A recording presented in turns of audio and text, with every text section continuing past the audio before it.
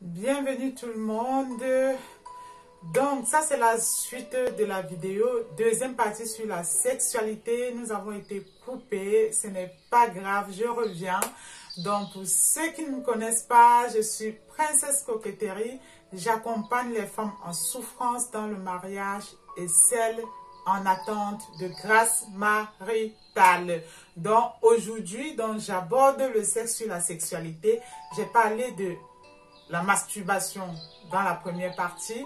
J'ai parlé également de la frigidité, de ce que c'est que la sexualité. Donc en gros, il faut savoir que la sexualité est source d'épanouissement dans le couple. La sexualité vient apaiser en fait toutes les douleurs dans le couple. Ça ne veut pas dire qu'on se marie pour faire que du sexe, non. La sexualité fait partie en fait des devoirs maritaux. Donc, de la même façon, quand vous vous mariez, vous devez faire des enfants, vous devez entrer dans votre destinée pour investir ensemble, je ne sais pas, pour vos projets de vie commune. De cette même façon, la sexualité est aussi accueillie de la même façon. Ça fait partie en fait du quotidien d'un couple qui est marié en Christ. Et cette sexualité vient en fait bénir, ça vient bénir le couple, ça vient glorifier le couple en fait. Alors donc, avant que la vidéo ne se coupe, je disais que pour la frigidité, parfois, la frigidité est due à quoi? Ça peut être parfois dû tout simplement au fait que une personne, une femme vierge ou un homme puceau entre dans le mariage et rencontre en fait son partenaire de vie qui est déjà très avancé et très expérimenté dans la sexualité. À ce moment-là, on demande en fait à la personne qui est déjà très expérimentée. Moi, en accompagnement, je dis à la personne qui est très expérimentée d'aller doucement. On ne peut pas en fait, même un enfant a besoin de commencer à faire ses 4 pattes et ainsi de suite et à tâtonner avant d'avancer. Vous savez, les premières années du mariage, pour ceux qui n'ont pas du tout expérimenté la sexualité avant le mariage, ce qui est plutôt très bien parce que c'est ce que la parole de Dieu demande et c'est aussi, ça permet aussi, cette abstinence, cela permet finalement de vraiment profiter des bons fruits de la sexualité. La sexualité qu'on pratique dans le cadre du mariage, c'est vraiment différent de ce qu'on pratique en mariage. Alors, donc pour revenir à ça, donc dans le cas d'accompagnement, je demande à la personne qui est expérimentée d'aller tout doucement. Donc, d'aider sa partenaire de vie à se découvrir. Donc, ils doivent se découvrir l'un et l'autre, mais d'une façon vraiment possible. Ça veut dire quoi? Ça veut dire qu'ils doivent écouter l'autre.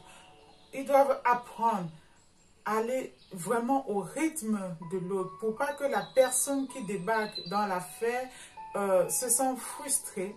Par exemple, quelqu'un qui a déjà une certaine maturité dans la partie de la sexualité, si elle va en force envers la personne qui est peut-être vierge ou puceau, il se peut que la personne va recevoir plutôt, va voir la sexualité comme un dégoût ou la sexualité en termes de douleur.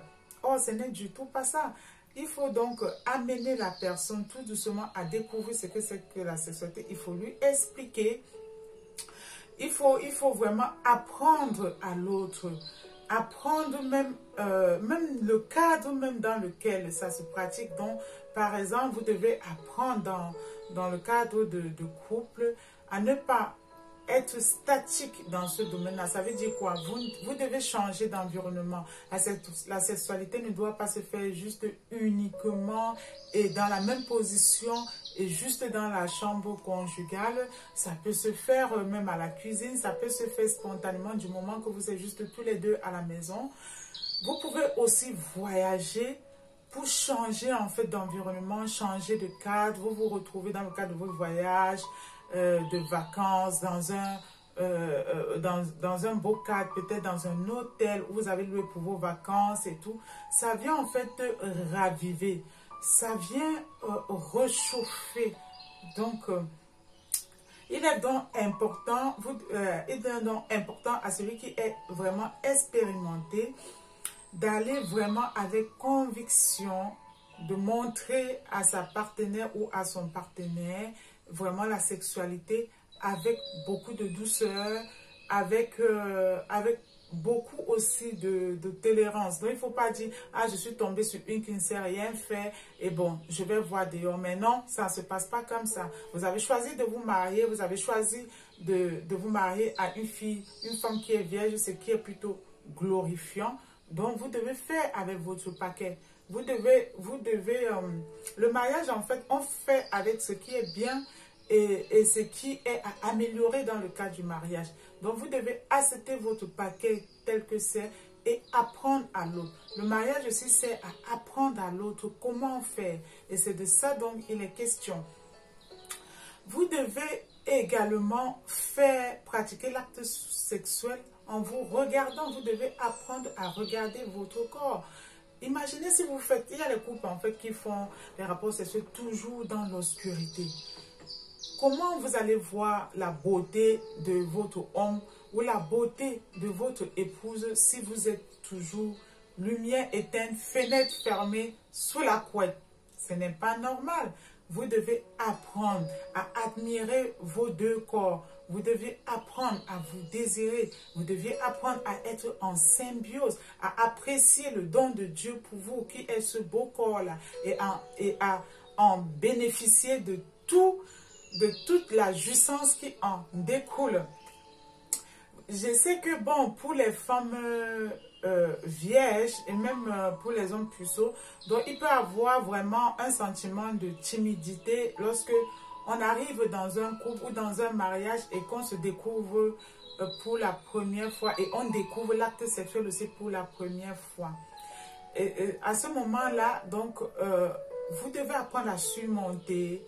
Vous devez apprendre à surmonter la timidité. On peut se retrouver dans cet état, on est du coup très timide. Vous devez trouver le juste milieu pour amener l'autre, celle qui ne connaît pas encore, l'amener, l'attirer, lui apprendre tout doucement. Il faut savoir que le mariage, en fait, c'est un lieu de maturité. C'est un lieu aussi de sacrifice de soi. C'est pour ça, lorsque, par exemple, dans le cas de la sexualité, il y a une personne qui n'est pas expérimentée, il faut aider l'autre, il faut l'amener. Pour les femmes, vous devez régulièrement, en fait, changer vos draps dans la semaine. Vous ne pouvez pas mettre juste un drap au lit et ça fait plus d'un mois. Non, ce n'est pas agréable. Ce n'est pas agréable, ça ne glorifie pas le trône de Dieu.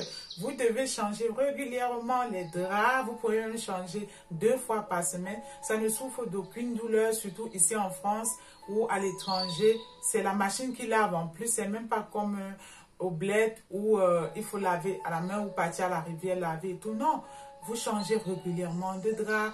La chambre, en fait, doit être dans une bonne ambiance. Vous pouvez mettre même il y a des parfums de rideaux, les parfums même des draps. Vous devez vraiment utiliser les parfums d'ambiance dans la chambre. Faire de votre chambre nuptiale, en fait, un lieu très cocon. Vous devez vous préserver. Vous ne devez pas, en fait, raconter votre sexualité. Donc, dire ce que vous vivez dans votre sexualité, dans votre entourage. Vous ne devez pas rapporter ça dans vos différentes belles familles, aux amis. Même si les personnes viennent vous demander des conseils. Par exemple, moi qui conseille les femmes dans le domaine du mariage, dans le domaine en fait des souffrances dans le couple et tout ça. Parce que la sexualité, quand elle est mal faite, elle peut être source de grosses souffrances dans le couple. J'en ai parlé avec des femmes. Donc du coup, moi je ne les conseille pas en racontant ma sexualité, comment je vis avec mon mari, mais non. Je conseille selon comment j'ai lu beaucoup de livres dessus, aussi comment j'ai été formée et aussi comment je suis actuellement en formation à l'académie de mariage. C'est comme ça. Donc vous devez rester vraiment très discret, très sobre en ce qui concerne vraiment votre intimité. Vous n'allez pas aller déposer ça, raconter à tout le monde. Non, vous ne devez pas faire ça. Vous devez savoir que le mariage, en fait, c'est un cocon. Vous devez protéger même des personnes. Si vous êtes déjà un couple que vous avez décidé d'héberger les gens chez vous, vous devez vraiment vous protéger parce qu'il faut savoir que c'est la majorité des gens qu'on héberge qui vont souvent raconter notre intimité, rapporter dans les familles et c'est source de conflit et même ça divise nous les couples. Vous devez protéger cette intimité-là de ces personnes-là, vous devez la préserver. Donc, je suis presque à la fin de la vidéo et qu'est-ce que je voulais dire? Donc, vous devez vraiment voir la sexualité comme une sorte c'est le bonheur, c'est un bonheur réciproque, c'est un partenariat réciproque en fait entre couples. C'est un moment d'échange, un moment de communion. Donc voilà, j'ai tout dit. Allez regarder la première vidéo. Et qu'est-ce que je voulais vous dire? Donc si vous souhaitez rejoindre mon groupe de femmes, je vais laisser mon numéro en fait en bas de cette vidéo. Vous me contactez, vous rejoignez mon groupe de femmes si vous le souhaitez pour un accompagnement, si vous êtes en souffrance dans votre mariage. Et surtout, abonnez-vous, partagez la vidéo, laissez un commentaire, mettez un pouce bleu, cliquez sur la cloche de notification pour plus de contenu. Comme ça, vous allez pouvoir écouter d'autres contenus. Je vous dis à très bientôt. Soyons des femmes, en fait, qui glorifions nos mariages avec la sexualité. Voilà, la sexualité selon Dieu. Je vous dis à très bientôt. Bye bye.